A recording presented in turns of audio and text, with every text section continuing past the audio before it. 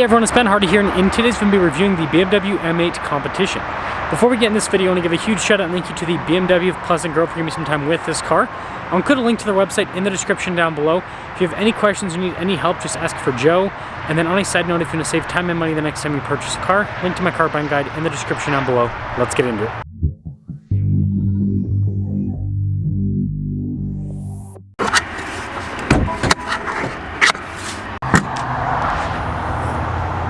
Under the hood, we have a twin-turbo 4.4-liter V8 that goes through an 8-speed automatic transmission.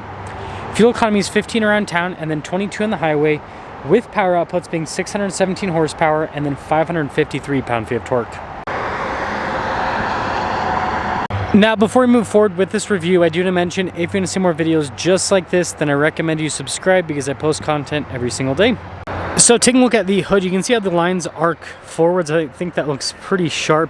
Got the BMW logo, and then the headlight design is so angular. It's a very aggressive looking car overall. Got the M8 logo here. Notice how everything's been blacked out. So when you put it all together, it definitely has that aggressive sports car design. Around the side here, our tire wheel setup is 275/35/20 in the front, and then 285/35/20 in the rear. And you can see with the wheels, you got the silver mixed in with the gray. Very intricate design. Blacked out brake caliper as well. Got the M8 badge here on the side, and then you guys can see with all the trim here, it's been blacked out. And so if we take a few steps back, you can see the side profile has a very sleek design. I mean, look how the back end kind of tapers off. Now here's a quick look at the key fob. We have our lock and unlock function. We got the opening here for the trunk and then the M colors on the side. Now taking a look at the cargo area, in terms of height, a little bit more limited, but that's because of the design. But overall space is actually pretty solid for the type of car this is. And it's actually fully automatic, so you just press that and that'll lower that down. That's pretty fancy. Look at the taillight design, that's really cool looking. M8 Competition, you can see the low profile spoiler. And then we got these blacked out exhaust tips here at the bottom as well. So putting it all together, let me think about the design, but I think they've just done a really good job with making this super sleek. Now popping inside, we've got really nice trim here at the top, and then I love the design down below. Really cool looking. And then you can see the speakers here for the sound system, and then we do have a sunshade as well. And then look at these seats. Again, pretty fancy with the design. Legroom back here is really good. We've got some vents here in the back, carbon fiber trim as well. Got some USB ports. We have our own climate zone, heated seats as well. And headroom back here, I mean, it is a little bit close. Now taking a look at the front door panel again, you can see with the soft touch trim and all the trim down below. Got our memory seats here, all of our window controls. The mirrors do power fold in. They also have blind spot monitoring. And while I'm here, carbon fiber roof, forgot to mention that earlier. But you can see M8 there on the seat. Really cool design down the center portion. All of your adjustments and everything on the side. Look at those pedals, it's pretty cool. Light controls here, and then the dash has a ton of leather trim. That looks nice.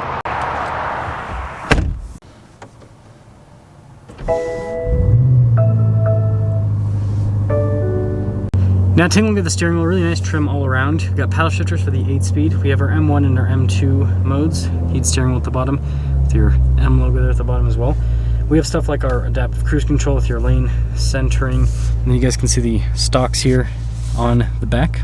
Full digital gauge cluster here in the center. Shows you everything you need to know, like that we need more fuel, for example. But we can also kind of change how this looks depending on the drive mode. So you can see with the sport mode how it's a little bit more aggressive. And then if I hold the M mode down, then it'll pop it into track mode, I believe. There we go. So you got the track mode as well. It doesn't really look too different from sport though. Now this does come with a 360 camera system to direct lines turn with the steering wheel. Good resolution overall. The little protective screen is causing a little bit of glare on the actual screen itself, just so you know. And then as for the rest of the infotainment system, this is BMW's previous unit, which I really like because it's one of the most responsive infotainment systems in the car industry, and it's easy to use, straightforward, shortcut bar. I mean, they just make it very, user-friendly. We've got heated and cooled seats, dual zone climate here for the front. You got your little preset buttons there with your analog volume control. It says M8 Competition there. Ooh, carbon fiber, that's nice. Wireless phone charging pad with some cup holders here. And then we have our physical control stack. So you've got like this for the infotainment system, and then you can see different controls here. So like your stability control, for example, that's your M mode setup. That's for the exhaust. And then this is the shifter. It's got the M shifter, so you can adjust how aggressive the transmission is. Got the cool M colors there as well. Good storage inside. Nice trim, by the way, on the center console. And then there's more nice stitching as well. Full on luxury in here. Even the glove box has soft touch trim, but yeah, pretty good storage there. And then because of the carbon fiber roof, we don't have a sunroof, but you do have a nice premium headliner up top. So here's our window sticker for this. You can see the base MSRP. Got quite a few options on this one. There's your total MSRP, $150,215. And, well, let's see how, or let's sum things up, I guess, with the M8 Competition.